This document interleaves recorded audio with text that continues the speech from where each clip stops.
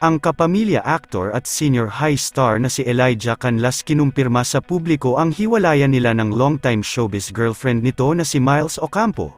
Mula sa isang exclusive interview ng ABS-CBN News ngayong araw November 23 sa aktor na si Elijah Canlas ay inamin nito na break na umano sila ng aktres at TV host na si Miles Ocampo.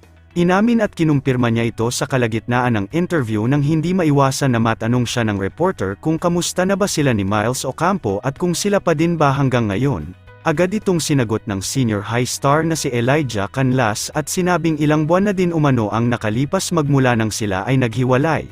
Sinabi din ito na kahit nahiwalay na sila ay nananatiling nakasuporta pa rin umano sila sa isa't isa at mananatiling number 1 fan pa din umano siya ni Miles Ocampo.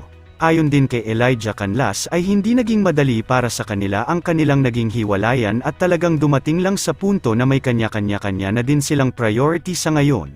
Bagamat hiwalay na umano sila ay nananatiling magkaibigan at wala naman daw umano silang hinanakit sa isa't isa.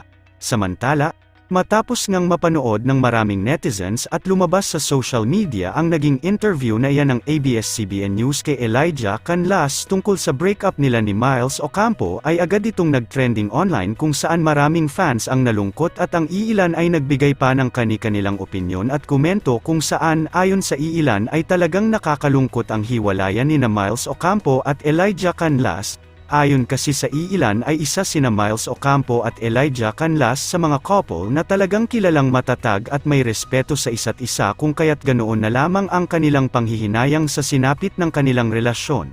Narito ang iilang komento ng mga tagahanga at mga netizens. Nakakalungkot naman, ang daming naghihiwalay ngayon taon pati ba naman kayo isa pa naman kayo sa hinahangaan kong couple, sana kahit hindi na kayo. Maging maayos ang buhay at career nyo, still hopang pa din na maging okay kayo, hugs Miles Ocampo. Ito reason kaya nag-lie low si Lai sa soberano sa showbiz, kasi minsan nasa-sacrifice yung relationship dahil sa movie na need may ibang ka-love team yung partner mo. Which is nakakasad lang, need niya siguro munang mag-focus sa career niya. Mas sumikat siya nung asa senior high siya, for sure madami tong upcoming projects. Ay. Ay. Ay.